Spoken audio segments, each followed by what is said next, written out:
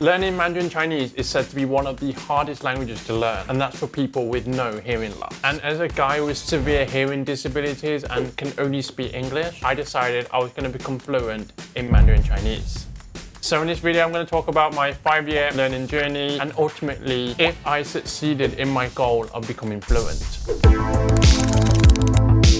Let me give you a little bit of background about my hearing loss. I was born at 29 weeks, that's 11 weeks or almost 3 months earlier than most babies. The doctors gave me about a 43% chance of survival, and against the odds, I did survive. However, the medicine that saved my life also caused really severe and permanent hearing loss. In my childhood, I was like most other kids, thanks to a mix of technology, speech therapy, and of course amazing support from my parents. I did something called mainstreaming, which meant I went to a regular school. I had no idea how to do sign language and I wasn't part of the deaf community. So although I did well at school, I wasn't like everybody else. I couldn't hear in group conversation. I had to sit at the front of the classroom to listen to the teacher. And ultimately I was a really shy kid. However, I always had this desire to learn and be able to do new things and become really good at the stuff that I was learning.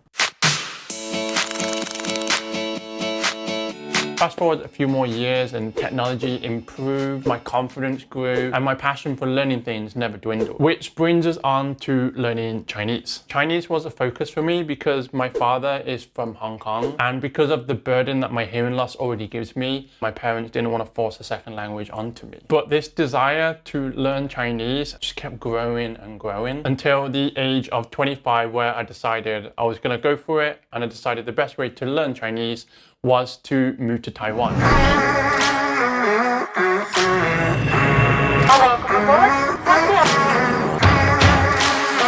So I remember being really excited to move to another country and actually live there and be like a local. And in my mind, I thought if I'm listening to Mandarin every day and I can see all these Chinese characters everywhere, it should be easy, right? I was completely wrong. So I got a job teaching English. However, that meant that most of my days I was spent speaking English, and it didn't give me much time to study. And the longer I spent in Taiwan, the more I realized how possible it was to have very little Mandarin Chinese and still be able to live in Taiwan. So at the end of my first year, I could say this really basic Chinese. I wasn't the fluent foreigner that I thought I was going to be. In fact, I was far from it. So at this point, I decided to quit my job and just go all in. I signed up to a language school and it was an intensive course, 3 hours every day, plus 1 or 2 hours of homework. And actually the first semester was pretty easy. I kind of built myself quite a solid foundation. I felt confident in class and I was picking up stuff really quickly. My listening wasn't as good as my speaking, and that's something I attribute towards my hearing loss. However, it wasn't so obvious right now in this first semester, especially since I had classmates who still ordered their coffee in English and they really couldn't even understand basic sentences like 你叫什么名字? So after 3 months, my Chinese looked something like this. 有时候想写我是吧会我的一个战班. So it's far from perfect, but I was addicted. I loved it. I loved being able to speak and express myself in this different language. I love the accountability of my teachers and my classmates. And I also loved taking what I learned in the classroom and speaking with locals, going on dates, playing sports, making friends, buying food, just using Chinese felt awesome. So of course I signed up for another semester, ready to get straight back into it, not really realizing how much harder it was about to become. In the first semester, the teacher actually spoke mostly English. However, this new teacher spoke 95% Mandarin Chinese, and it was just completely overwhelming for me. And remember when I said that my listening wasn't as good as my speaking? It was kind of becoming apparent now. I was really starting to struggle with what was going on in the classroom, what the teacher was saying. It wasn't that I couldn't hear the teacher, it was just trying to figure out what words she was using. Chinese has so many sounds that just sound the same, and to my deaf, British ears, it just sounded like Chinese. This is how, as a deaf person, I listen in English. My brain will listen to a sentence and it will figure out from conversation what that sentence is likely to be based on like syllables and lip shape. I use lip reading. So although I can't understand what you're saying, my brain can figure those things out. So my brain can do this really, really quickly in English because it had like 25 years of building this database of culture and social norms and everything that goes on. Now, this is great in English, but for Mandarin, I've barely been learning for 3 months and that infrastructure just wasn't there. It wasn't able to piece together the sentences and the words and the possibilities of what they could be. And the worst thing was that nobody else could relate. There were no other deaf learners. And those classmates I had that were still ordering in English had given up and gone home. Now my class was full of very capable, hardworking, multilingual students. No longer was I able to compete. Instead, I felt right to the bottom. I wasn't spending my free time going out, talking to random locals, enjoying the stuff that I'd learned. Instead, I was pretty much in tears over my homework. Every night, I would try and catch up and understand what was taught in the lessons. The stress was real, which made me, sometimes I just cried. Despite this, I pushed on through. I just took it day by day until the 3 months were over and I completed the semester. But I was so glad that I didn't give up. So let's check out how my Chinese was at the end of semester 2. 我要跟你们介绍我的家乡，老师来自，这是我的以前的工作。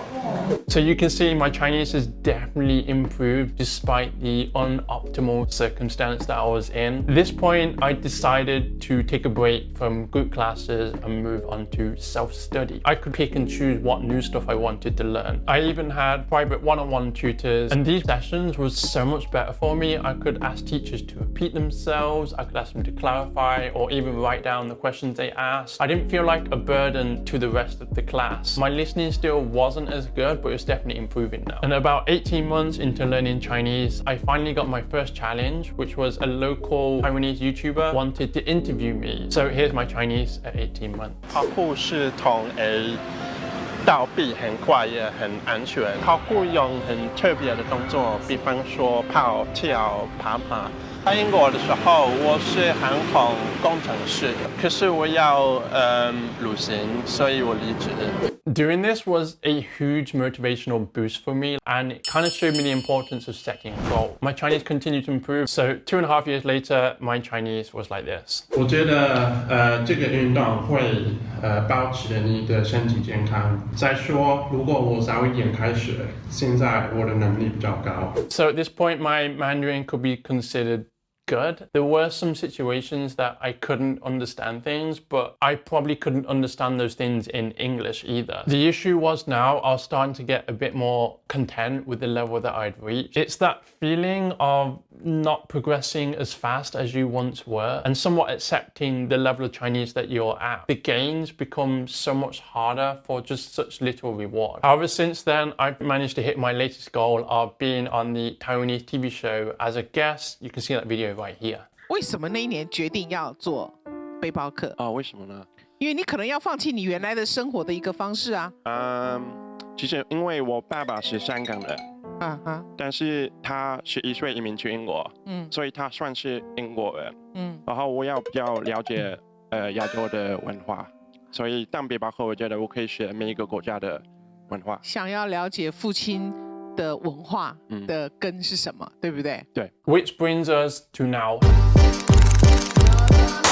I can go to a restaurant, order food, ask questions, no problem. I can go to the bank and open a bank account. I've made friends with people who don't speak any English, and I've even taught powerful classes entirely in Mandarin Chinese. But I've also accepted that my hearing loss is going to present a lot of issues, and it's always going to be like really frustrating and tough to overcome. As soon as I'm in a noisy group conversation or people start to say words that I don't know, I feel like I haven't learned Chinese at all. Like I'm 13 years old again, desperately trying to fit in and yet just feeling lonely. But then again, I overcame this with English 20 years ago, so maybe it's possible I overcome it again in Chinese. It's easy to compare myself to these non-natives who have managed to become fluent in Chinese in a much shorter time than I have. However, maybe I should be comparing myself to those people who didn't have any issues and yet they gave up after 6 months. And maybe I should focus on the fact that despite the odds being against me, I still haven't given up and I've continued to push on. So to answer the question, did I become fluent in Mandarin Chinese after 5 years? That kind of depends on your definition of fluent. A better question to ask might be, did I give up learning Mandarin Chinese after 5 years? And the answer is absolutely not. I'm going to continue pushing on. However, I'm not in the same rush to learn Chinese as I once was. I'll continue to slowly build this database of Mandarin Chinese to allow my brain to fill in the gaps that my ears cannot hear and continue with this slow marathon of learning Mandarin Chinese. 这个我没有看过，哎，这是什么水果？哦，好甜，还有一点点酸酸的。Thanks for taking the time to watch this video, everyone. If you enjoyed it, please leave a like. If you have any questions, leave a comment. I will reply to every single one of you. And also a quick shout out to Scritter for letting me use your videos. You can try out their app for free in the link below. And hopefully I will see you in the next video. Bye.